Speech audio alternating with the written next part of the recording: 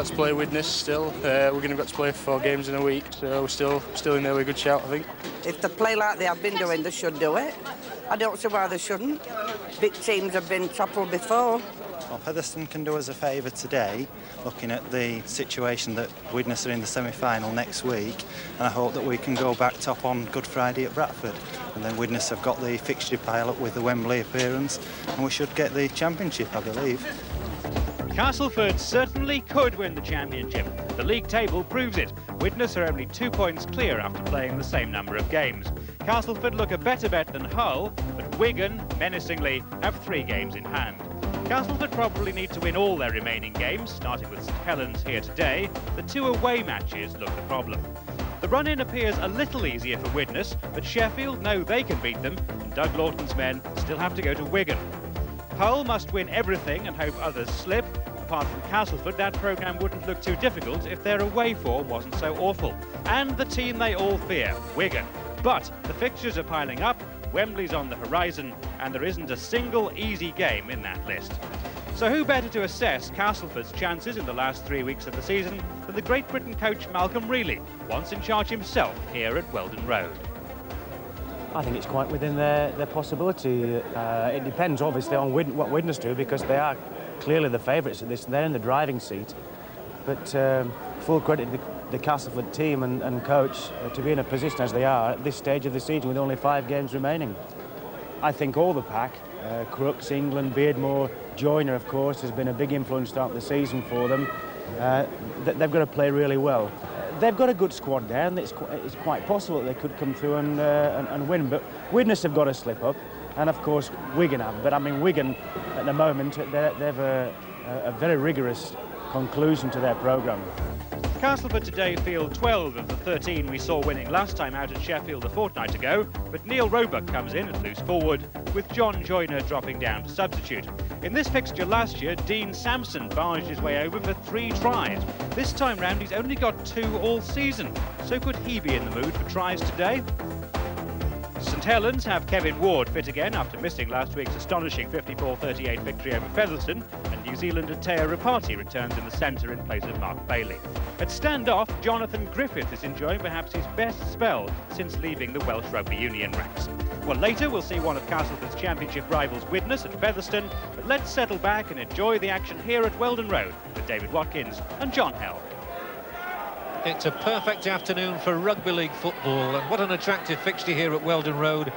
2 sides who have the reputations always of throwing the ball around and entertaining. And David, I think it's great to see Castleford up there at the top, because that has always been their trademark. Well, traditionally they've been great rugby players, and they play a high-powered game. It's good to see them doing that, but they won't have it all their own way with Saints, obviously, with the cup tie in mind next week as well. It was a rather sloppy ball, to say the least, but Jonathan Griffiths fell on it.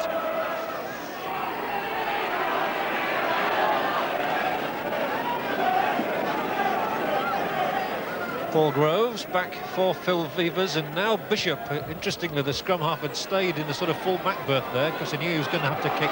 Here is the opposition full-back, St Helens.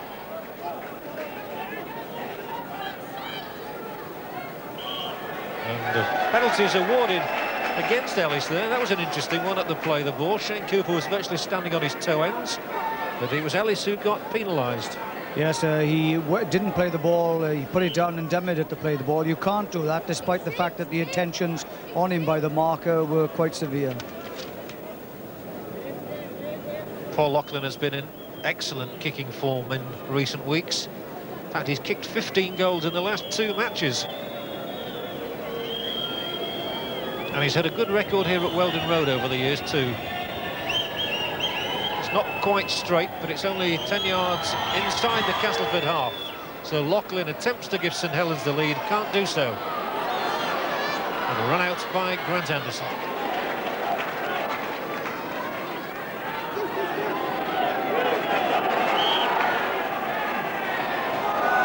And the biggest cheer so far this afternoon was from the Castleford supporters as well as St Helens for Kevin Ward, back for the first time at Weldon Road. He was a great servant to Castleford, and I'm told he's been a model professional at St Helens.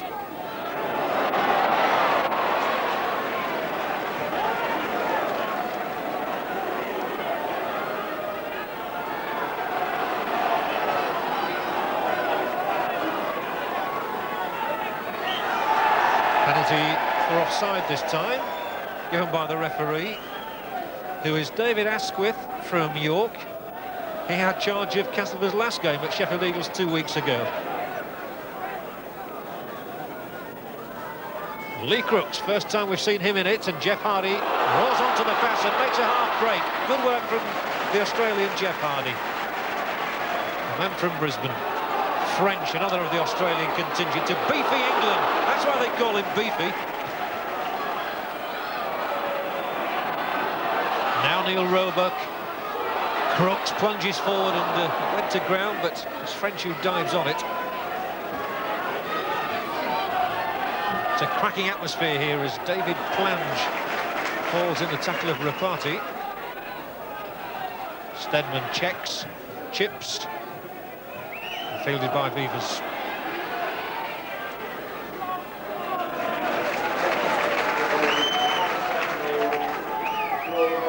John Harrison, much the tallest man on the field at 6'7".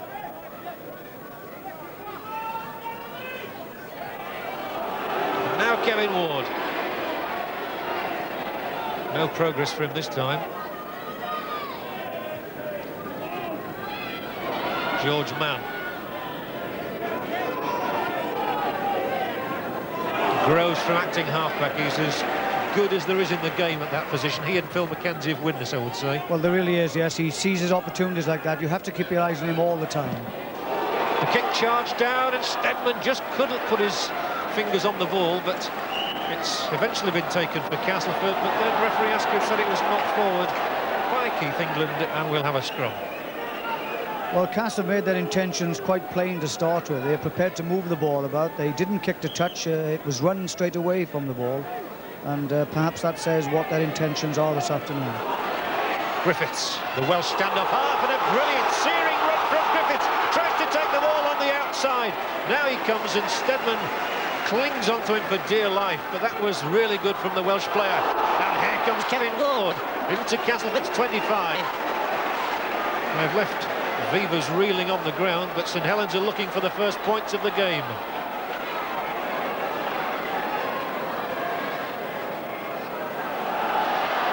It's gone back, but it's dived on gratefully for Castleford by Crooks. But David, I've got to ask you for a comment about Jonathan Griffiths. You've seen a lot of Welshmen come north. He's not had much chance to make an impression, but that really was a marvellous break.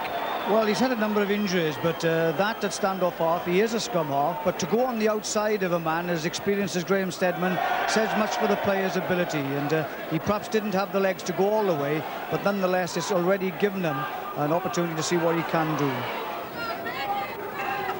Kevin Ward, he'll get inside the 25. It takes 4 Castleford men to haul him down.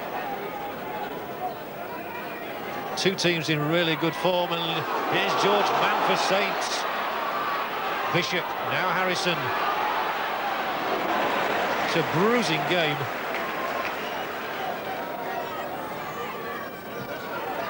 Dwyer.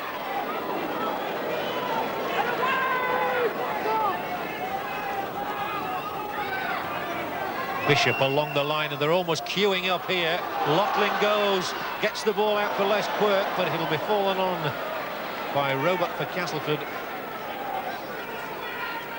Swift movement along the three-quarters. Now it's St Helens who tries to break and make some ground for the home side.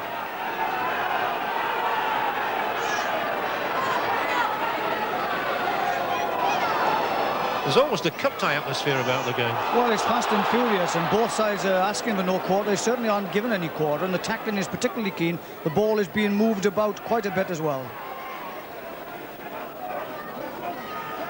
I imagine Castleford's players have been pawing the ground for the last 2 weeks, having not played last Sunday.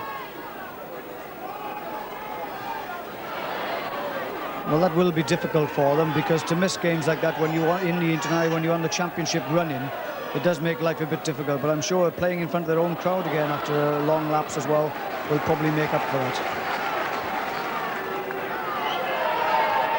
Once again, there's an offside verdict against St Helens. Man the offender. But unlike St Helens, who opted to take a kick at goal a few moments ago, this time it's just for Castleford to put the ball into touch.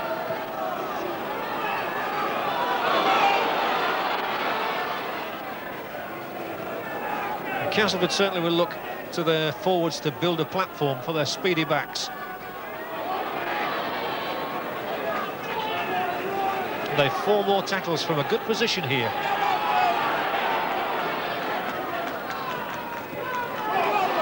Crooks held up on that white line.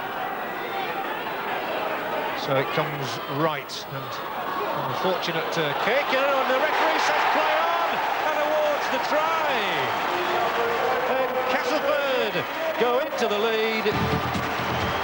Neil Roebuck.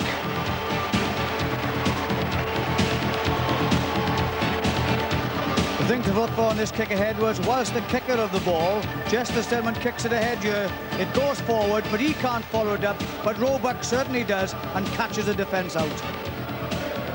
It's taken 10 minutes for the first points to go on the board. They've gone to Castleford, and now Graham Stedman chips it through to make it Castleford 6, St Helens 0. First blood to Cass. Well, despite the fact they take the kicker out here, when the ball goes out and the kick is put ahead at speed, Roebuck has the good sense to follow it up, leaves the defence standing and touches down for the first try. Crooks trying to time the ball. Again, Saints tackling good. That time it was on Sean Irwin. And again, it's Crooks to the fore. And he plunges forward and just couldn't get the pass away that he wanted. And it's an unholy mess over there. What a scramble. Cass still have the ball, but there will be a scrum this time. I think it must be said that both sides at the moment, on both sides, people are guilty of giving the man possession with the man on top of them as well. A result of which is man and ball tackles, and people don't have opportunities to either get rid of it or run. Well, there's a big cheer went up there because Mr. Asquith awarded Castleford a penalty. And they should be able to take play very close to the St Helens line from this.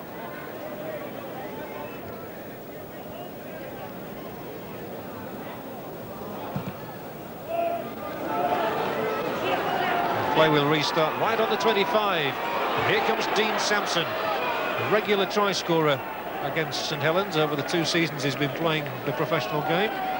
2 seasons before this one, that is. French to Crooks to Hardy. Now Kevin Beardmore. Stedman showed it, and Stedman, they know all about him to St Helens after his hat-trick at Knowsley Road. Still a very good opportunity here for Castleford to extend their lead. Still a couple of tackles to go. French will attempt the kick, and the chase is on. There could be another score here. Can he get there? I think it's just gone dead. It was a good try, but trying the meaning of the word attempt, that is, and Neil Roebuck was almost in for his second. He certainly was, and that's a good tactic because players are taking play away from him. French did out on the right-hand side. Cass moved the ball to the right. It comes to Gary French, but he chips it back right to the left-hand side. It's touch and go now as to who can get there first, but the Castleford forward just fails.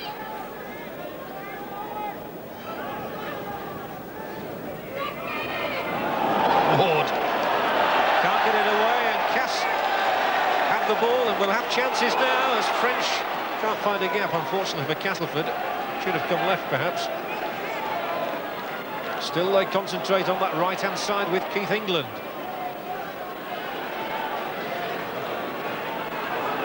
Now they spin it left. Stedman showing it. Hardy, Anderson. Again the St Helens tackling exemplary.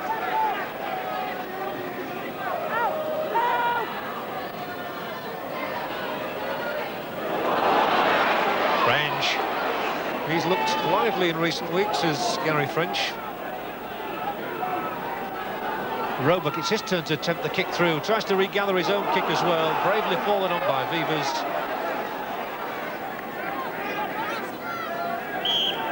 And this time the penalty is for Saints. So far the tackling has been very good. It has been good, but I think that some of the passing hasn't really been copybook stuff. They have, as I said earlier, passing to the man with man and ball on top of him, and as a result of it, really, it doesn't give anybody real opportunities to get away.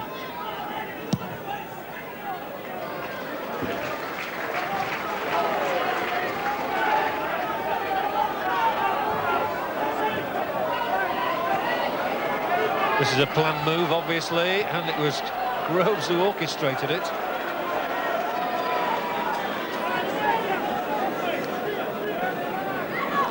Funny, St Helens coach, the New Zealander Mike McLennan, was saying recently he wasn't sure about coming back next year, but the run they've had recently I think has persuaded him otherwise. Well, he could do that, and of course they'll be looking forward again to next week, but they have been a side that can do some great things and can do some very bad things.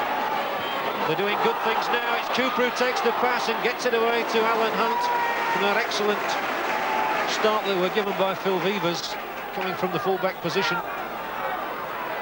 Bishop, huge long ball out there for Jonathan Griffiths, tries to stand them up and confuse people, but Laughlin's taken.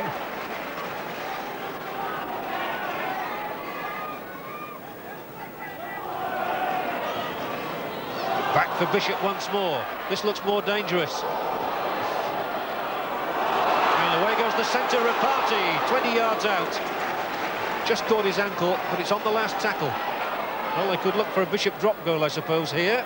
Instead, he kicks through, tries to follow that through, but it's St Ellis on the take and runs the ball out.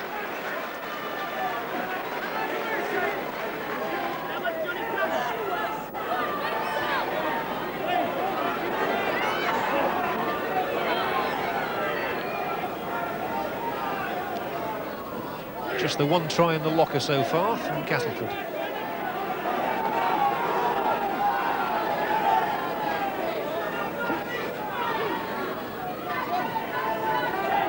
Oh, it's stolen there, but stolen legally by George Mann, and slips it back for Rapati.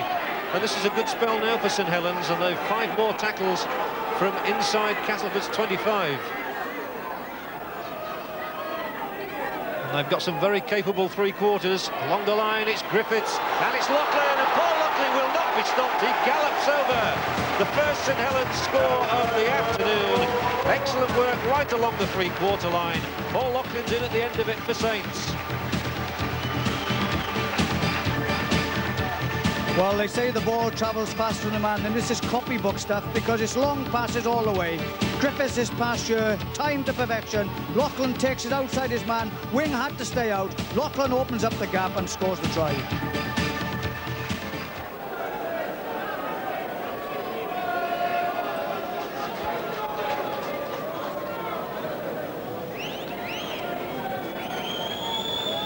He kicked some cracking goals here in the fixture last season, many of them from just this sort of position, and that's how close he was on this occasion. So Castleford preserved their lead, but it is narrowed to 6-4. Well, good passing here. Bishop doesn't take a step, draws the man every time, neither does Cooper, but it's Jonathan Griffiths' perfectly timed pass, and really, look, the wing didn't know what to do. He didn't know whether to come in for him or stay out. He stayed out. Loughlin took advantage. Paul Jones is on for St Helens. He's just about as big as the man he's replaced, John Harrison, who's had an elbow in the eye. That's the news from the touchline. Gary French, he got a man alongside him in Jeff Hardy, chose not to give the pass. Now Lee Crooks, you always feel that his handling could open the door.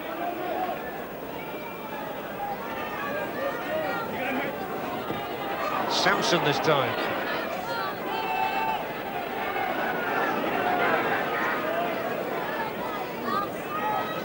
Hardy. I think after last week's extravaganza against Featherstone, the 92-point match, we thought this might be a high-scoring affair as well. Well, who knows even now? Grant Henderson's almost here. David Blanche, can he put the ball down? He's bundled out. Touch judge was right on the spot. David Blanche just couldn't ground it over the St Helens line. Well, that's one of their best efforts, that is really. They really did plunge up this left-hand touchline, but the linesman was there. It really was hard lines here because Roebuck brings it on the short side, passes now to Anderson. He half holds it, but then releases the last minute and plans with his strength, takes the two men with him. But the linesman was there, and he says the flag has gone down, and I think we can all agree with that.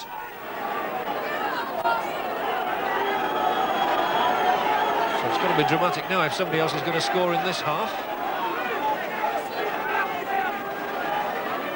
Groves and Cooper, they do look so fluent when they move that ball.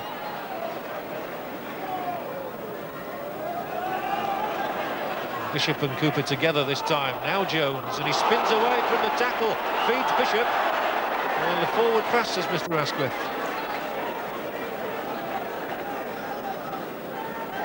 But I would say, David, that Paul Jones, since he came on, has looked a bit better in that position than John Harrison in terms of making breaks. Well, he did, really, but in fairness to John Harrison, he wasn't given the ball in running positions. But, of course, Jones has now come on, and he really is taking it hard, and he's given them something to think about, Castleford. Half-time then at Weldon Road, so only one try each, but it's a hard-fought encounter, this one, a bruising game between two sides very much in form.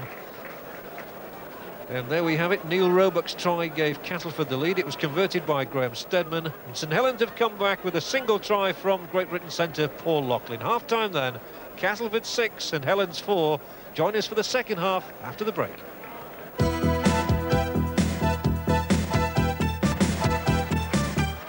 Welcome back to Weldon Road. 6 points to 4 at half-time in Castleford's favour. The team's just coming out for the start of the second half. Darryl, how satisfied were you with the first half? Yeah, I was a little bit disappointed with their ball control. We've turned the ball over too many times. They're ripping balls out in tackles, and you know, obviously the referee's not seeing it. But you know, I think the first 40 minutes showed that this St Helens team's come here for 2 points, and we're going to have to really knuckle down and make sure we get them. To be fair to them, Jonathan Griffiths has actually run past your defence more than once. Well, he's played very well, but you know, we're going to have to slow him down on the right-hand side of the field. We've got a bit of a problem with our defence, but we've sorted that at the half-time, and I'll be right this half. Darryl, thanks very much indeed. The word from St Helens, it's unlikely that John Harrison will play any further part in the match. John? Thanks, Nick. I have seen John Harrison come out, and he's sitting down at the side of the pitch. Here are the statistics of the first half. The scrum's absolutely equal, and Castleford did take one against the head. The penalties conceded, twice as many by the visitors, and the errors in play, just one more by the home side.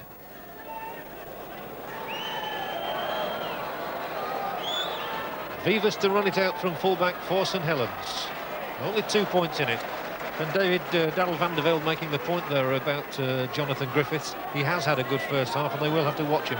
Yes, they will have to watch him. He's making Steadman think a lot at outside half, and he's running round on his outside quite a number of times. But as he said, Saints have come here for their 2 points. They want to be on top form for next week themselves. So Cass have got it all to play for. Certainly got all the ingredients, this one, including Kevin Ward there back at his old ground.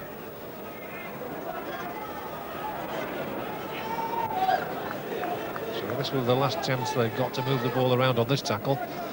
Bishop kicks downfield. It's quite a good kick as well. Ellis sprinting across to take it, knowing that Malcolm Reel is watching him in the crowd, I've no doubt.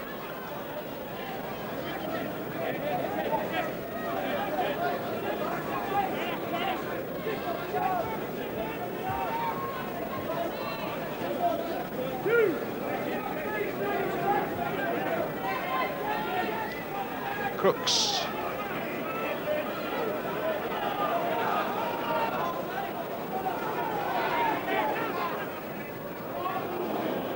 Difficult ball once more for Steadman, but he recovered his composure and put in a very good kick as well. Nothing Phil Vivas can do about that. Excellent football from Graham Steadman. Well, that was super, because he lost his foot in the first time. He still had time to get up and put the ball away and beat Villiers in getting the ball into touch. But as it's a Saints put in, they should win the scrum. You don't get many healed against the head these days. And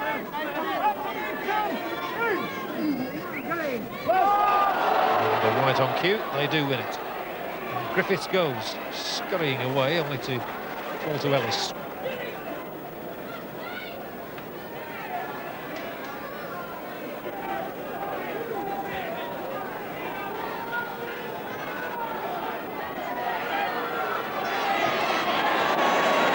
Work ball down.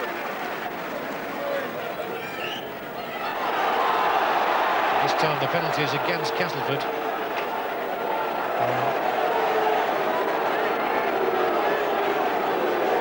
And I've no doubt that one thing Mike McLennan has been working on this week has been the defence of his side.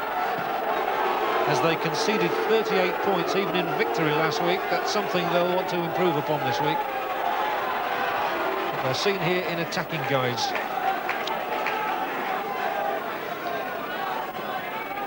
A man storming onto the pass, straight into Keith England, who's done his usual and stinting amount of tackling. Jones.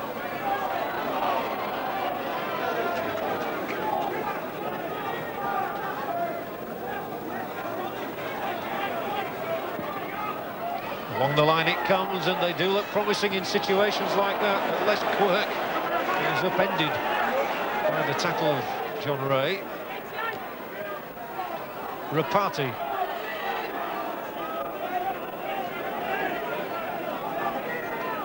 Again, we've got through to the last tackle, and Vivas it is, tries to find a touch this time.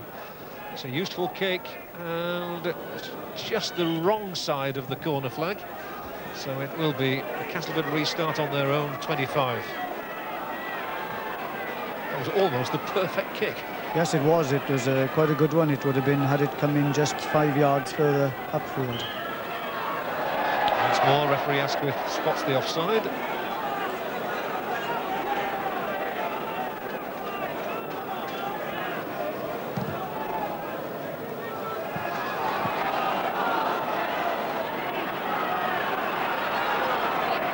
Here comes Dean Sampson.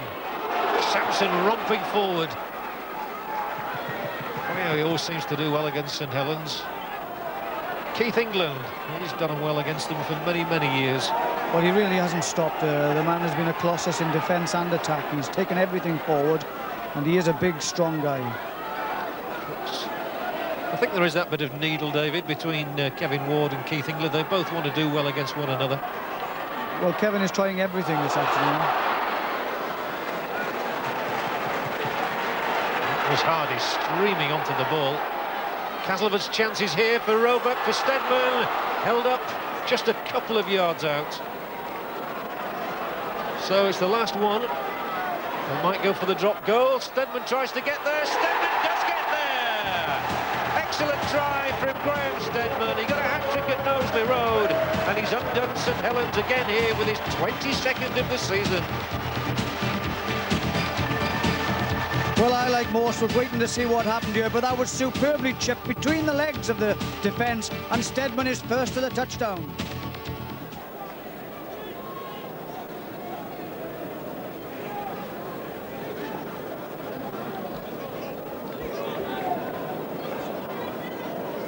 Stedman looks to maintain his 100% kicking record for the afternoon. To convert his own try, he does just that, and it's 12 points to 4.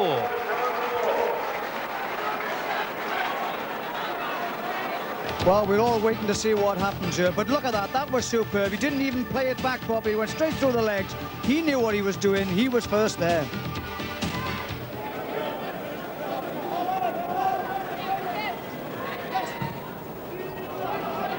French, it's a useful looking punt again, but Vivas is across there for it.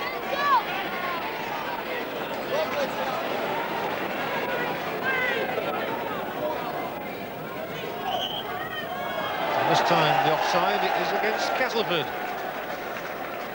He's been rather keen on that today.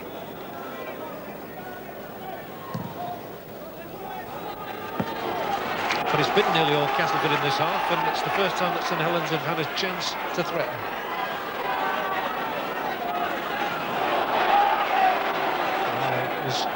Kevin Ward inevitably who came up. He's determined today, a glutton for work. Man, so is he. Just with 4 points for a try, any side is still in this deficit. Oh dear, but spilled, and once again it's Hardy. He seems to have pocketed quite a few loose balls today. I think the first time they're in the half, then they should have been a little more orthodox, trying out that move. By doing that, then they gave the ball away again, and as a result of it, they'll be forced back into their own half.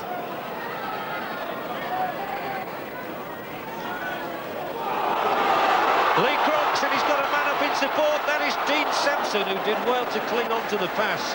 The first really clean break that Crooks has made. And here comes Sean Irwin, and he tries to get between the two defenders. Still Sean Irwin. Finally bowled over 5 yards out. To be John Ray at the play of the ball. Across to Roebuck. They keep it moving. French, the longer ball here. They try and stretch St Helens. Stedman it was. Good defending though, and that's the handover, so St Helens hold on.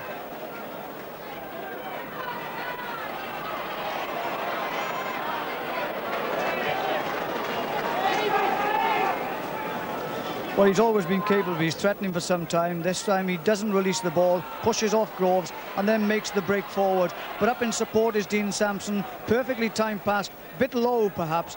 As a result, picking it up brought him down at the same time.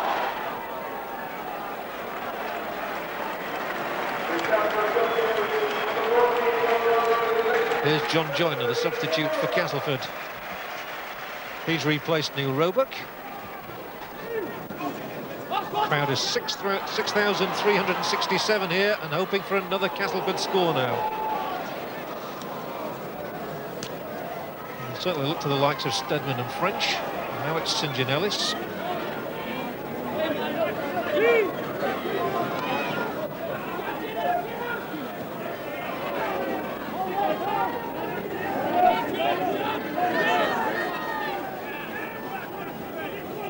Beardmore reverses it for Keith England. He's taken by Kevin Ward. Oh, gets it away for Stedman. And Stedman sprints through the middle, chases it again, and he gets there.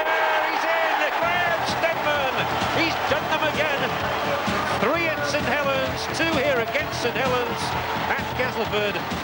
He's a bit of a genius when it comes to scoring tries.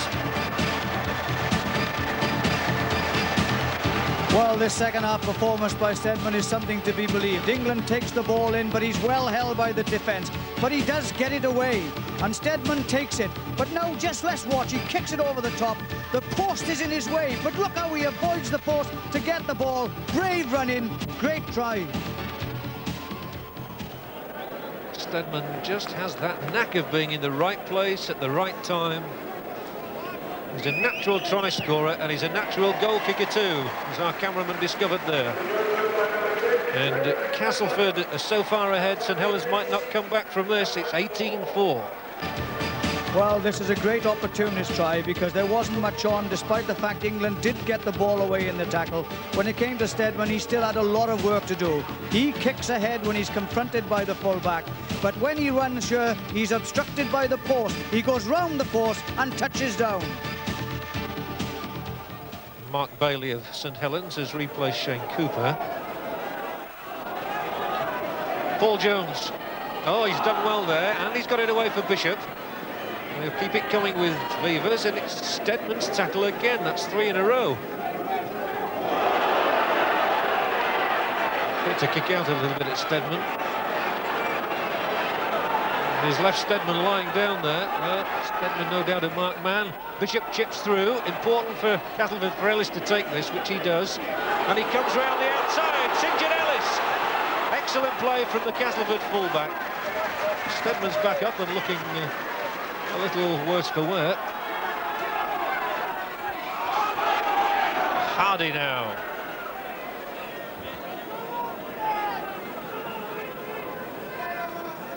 Crooks. And again he's made that half break. Stedman.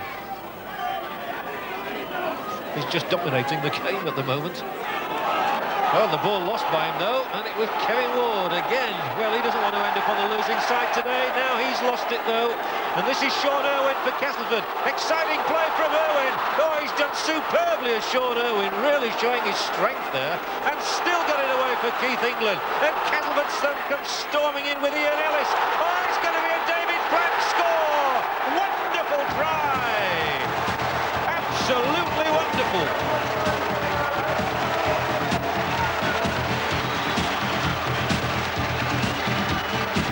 Well, they say when Cas turn on the gas, they really can do it. But, I mean, this really is Shaw Irwin. He really, by dummying and stepping out of tackles, his strength. Even Lachlan fails to hold him here. But it's the ability to get the ball away. When he does get it to England, England keeps it moving as well. And St Helens now has it. But look at this. He beats the man, slips the ball, but that's taken on the burst. And when he comes, stops the defence dead and waves as he goes over.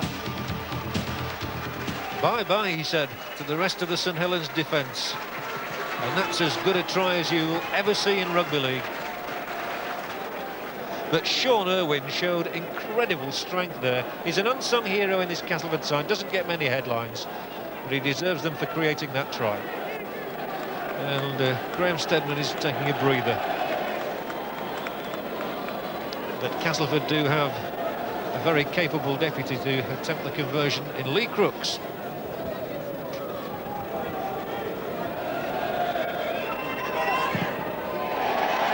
The try deserved a goal to go with it, and it's got it from the boot of Crooks. And it's 24 points to 4, and Castleford's championship hopes are very much alive. Well, this is where persistency keeps the ball moving, because it's the strength and the ability to back the man up with the ball. Everyone is queuing up for the ball, but they still have the ability not only to catch it, but to move it on to the next man in a better position. That's what the game really is all about, and that happens just here. Plange then takes it, stops the defence, they all cut at each other up, and he waves to them. It's goodbye to them, in for me, he says. But it's Castleford who've taken the honours generally here today and really confirmed the potential as champions. Hard to say who's going to win it at the moment, but they're certainly giving it their best shot, as Groves does now for St Helens. Yes, they've certainly come out the second half and taken note of what Darren van der Velde said to them at half-time, and they really have worked the ball well. Oh, but Jones goes tearing away, and he's a huge figure as well. The ball inside, taken for Castleford by Gary French. It really looked though as though Jones was going to score. It's been a rip-roaring second half. It really has, but they've really played well, Saints have. They haven't been really well rewarded for some of their running. Jones's run this time takes him right outside the defence. He's a tall guy here, tries to lob it inside to Jonathan Griffiths. French back up, as you should be in defence, catches it and puts it down, and that's stopped again. French to kick this time. Oh, difficult bounce, but Loughlin's fielded it. And he's got such long legs, he's such a good runner, and there might be a bit of room this time for Alan Hunt to go, and he goes galloping off down that right touchline. Can't get off the outside of that very fine tackle from guess who? Graham Steadman. And the substitution about to be made over there, which will take off Dean Sampson and bring on Neil Batty.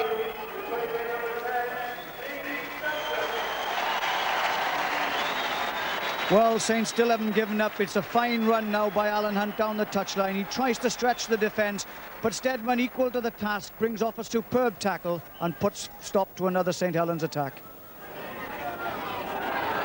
George Mann.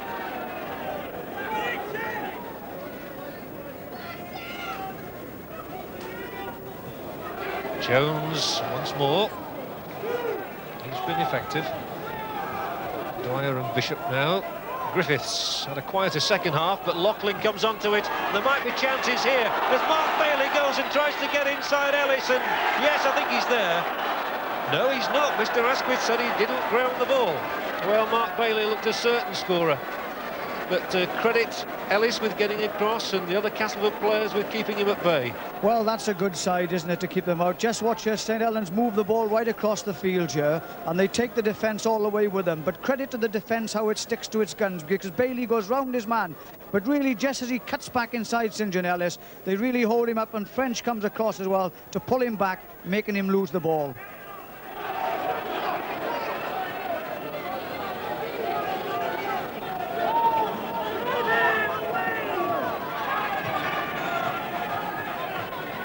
On the last one, Steadman to kick.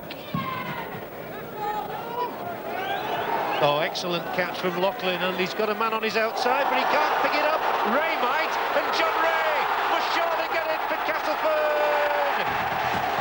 And John Ray puts the seal on Castleford's success story. It's their 5th try of the afternoon, only his 2nd in professional rugby league. He took his chance well. Well, Saints' intentions were clear. They wanted to run it out from there. It wasn't to be. The ball was thrown behind the man. Ray picked it up. He went forth. The wing Kirk couldn't catch him. Over he goes, and that's the final nail in the coffin. Marvellous moment for the young player, former Morley Rugby Union man. And Graham Steadman looks to make it around 30 points for Castleford.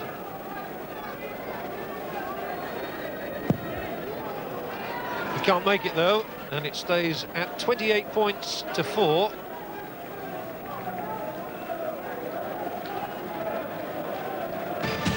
But just look here, they tried to run it out against St Helens too. The intention, as I say, was very clear. They wanted to keep the ball on the move. That was their downfall. Ray picks it up. The defence still turned and caught him, but not quite in time.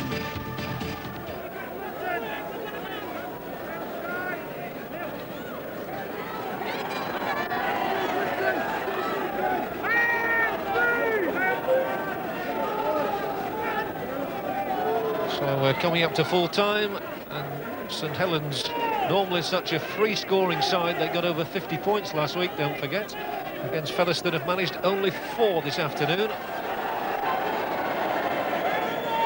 And great tribute to Castleford's defensive work for that.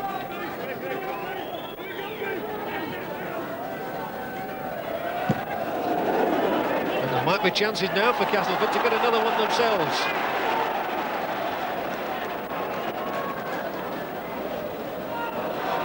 England.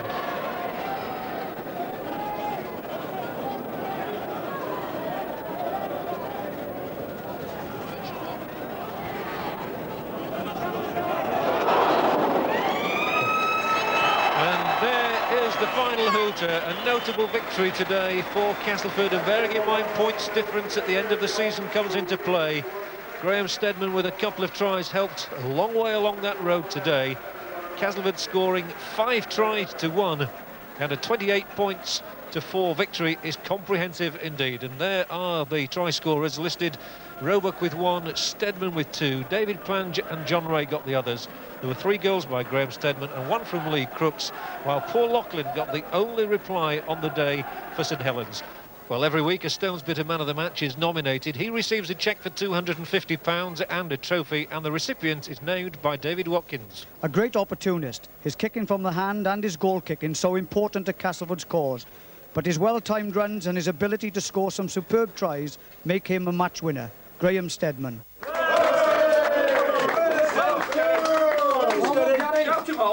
Well, Graham, it was a comprehensive victory in the end, but up to half-time it was anybody's game, really. That's right, yesterday was defence. In the first 40 was tremendous. Saints put us under a lot of pressure, but we withheld that, and we came out the second half and we did the business. We played to his game plan, we had a good kick and chase game, and we applied a lot of pressure in there, 22, and we came up with the points, and we're on a bit of a roll at the moment. Well, you've obviously now got to keep it going, because if you can win the remaining of your matches, then the prize is there for you to take. That's right, yeah, we've got a great team spirit down here. The forwards are doing the business up front and the backs are finishing off, and if we can keep the roll on like we have done since the turn of the new year, there's no reason why we can't go all the way and be champions. We'll just have to keep it going, and hopefully Castleford will be there at the end, and we'll take the championship. Well, congratulations, Graham, and well done. How big an influence has Daryl van der Belt been, do you think? Oh, very much. You know, he's been a very big influence on the team. You know, we concentrate a lot more on the mental aspects of the game. You know, I mean, obviously we do the training as well, but you know, we prepare a lot more for for the coming games, and you know, I think a lot of it, you know, is down to the mental aspect of the game. Paul, it's never easy when you come to Castleford, but how good do you think this side is compared to other Castleford teams you've played against? Oh, it's very good. I mean, the defence was excellent today. I mean, they never gave us an inch. Unfortunately, we didn't take our chances. Are they good enough to win the title? Yes, I think so. I mean, if they win every match now, you know, they're in with a good shout, but I think we're going to be the danger team. Castleford are a very young side, overall, I think. Obviously, there's a couple of experienced players in there, but there's a lot of young lads in, and I think that they're doing exceptionally well, and obviously we can do well this season, but if you look into the next season and the season after that, that's when I think you're going to see these lads coming to fruition, and obviously a lot of trophies coming down the lane. Here are the details behind the scoreline at Weldon Road. In the scrums, Castleford heeled 7 to St Helens 8. But their number 9, Kevin Beardmore, did manage to heel the only one to go against the head. Unusually, there were 4 penalties awarded for scrum infringements. Referee Asquith played it right down the middle when it came to giving penalties, 10 against Cass, 10 against Saints. And as for errors in play, it was a mistake-riddled match. Saints were sinners on 19 occasions, Castleford just 2 fewer than that. Well, back to Nick again now for the rest of the day's news and scores. And Jonathan Davies strikes again. A stunning try from his own half as Widnes and Featherstone fight out a thriller. Paul Eastwood's kicking brings Hull's first away win since October and dooms Sheffield to almost certain relegation. Two Dave Watson tries help Hulkingston Rovers edge towards safety in Roger Millwood's final home game in charge. Steve McGowan's first try since his comeback takes Brantford up into the top 8. In Division 2, Steve Gibson's 2 tries help Salford make promotion certain, and Warren Wilson's try sees Halifax home against Workington. Dean Carroll kicks 8 goals in Doncaster's biggest ever score away from home. Now to Post Office Road and some cracking action. Featherstone against Widnes. The main talking point of last Sunday's Rugby League programme was the dazzling performance of Jonathan Davis, who got 4 tries against Bradford. Today, it took the Welshman 20 minutes to find a way through the Featherstone defence. Once he'd done that, the crowd was just left to applaud. To rub salt into the Rovers' wounds, Davis booted the conversion from wide out to make it 6-2, Martin Pearson having already landed a Featherstone penalty. Davis then played a very much smaller part in the next Widnes score, just helping the ball along the line. Then Richie Ayres, showing the strength and the determination that won him a Great Britain recall, made it all the way to the line, though Owen Simpson did his best to make sure Ayres didn't ground the ball. No goal, but Widnes led 10-2, and they looked to be romping it when Ayres once again figured prominently, and Joe Grimmer, after work from Andy Currier here, got so close to the Featherstone line that he merely had to lob the ball in the air to present Steve Wynn with a debut try. Davis, who'd missed from a similar position earlier, made it 16-2 to Widnes, an excellent conversion. And that's the way it was at half-time. Few would have given tuppence for Featherstone's chances when Widnes poured forward again for the first score of the second half. Andy Currier feeding in Mosi Kaloto in the sort of position a forward of the Tongans' size relishes. A more simple conversion by Davies made it 22-2. When the Welshman added to the variety with a drop goal, it seemed Widnes was scoring at will. But any side coached by Peter Fox sticks to the job, and the first signs of a revival arrived when Fox and Tutor carved out an opening for wingman Simpson. Well, that appeared to be only temporary respite as Widnes came again. Davis making a jinking run, and then a crafty flip to send Martin afire menacingly towards the Featherstone line. Unselfishly, the Great Britain wingman gave Wynn his second score and looked as pleased as Punch to be a provider instead of a taker. At 27-6, the game was as good as over, or so we thought. Rovers needed a massive lift and the whole team seemed to be trying to give one to Leo Casey, but there were too many Widnes bodies between him and the ground. From the resultant scrum, though, Rovers got some encouragement, Derek Fox boring his way through to touchdown. Pearson's kick left Featherstone trailing 27-12. Within 10 minutes, Rovers had edged even closer. A strange try, this one, and Afire certainly wasn't happy that after Ian Smale's kick, he was left flummoxed and the touchdown was awarded to Ikram Butt. No goal, but certainly a more respectable scoreline at 27-16. And Featherstone had the last word too. £100,000 prop Leo Casey showing why Rovers shelled out that sort of money to Oldham. Widnes's nerves were certainly on edge when Pearson stepped forward and kicked the goal. But it ended that way. Featherstone had left themselves too much to do. Featherstone 22, Widnes 27. Well, now Scrumdown's full results check, starting with the Stone Splitter Championship. Castleford 28, St Helens 4. Featherstone 22, Widnes 27. Hulkingston Rovers 48, Rochdale 14. Sheffield 6, Hull 16. Wakefield 6, Bradford 16. So it's still Widnes by 2 points from Castleford, with Hull 2 further back. They all have 4 to play. Wigan have 8 to play, but they're now 7 points down on Widnes. Pressure's on. At the bottom, Sheffield are down unless they win their last 3 games and Wakefield lose their last 4. Oldham could still escape, but they need to win at least 2 of their 4 remaining fixtures. Hulkingston Rovers are up to 9th, but not quite safe yet. Division 2. Bramley 18, Salford 27. Chorley 20, Rydale York 24. Dewsbury 18, Runcorn 10. Halifax 22, Workington 14. Hunslet 12, Swinton 16. Keighley 24, Barrow 20. Lee 28, Batley 6. Nottingham 8, Doncaster 52. Trafford 14, Carlisle 52. Whitehaven 16, Fulham 20. Not even the mathematicians can now deny Salford promotion. Halifax and Swinton are still on course to join them, despite less than convincing wins today.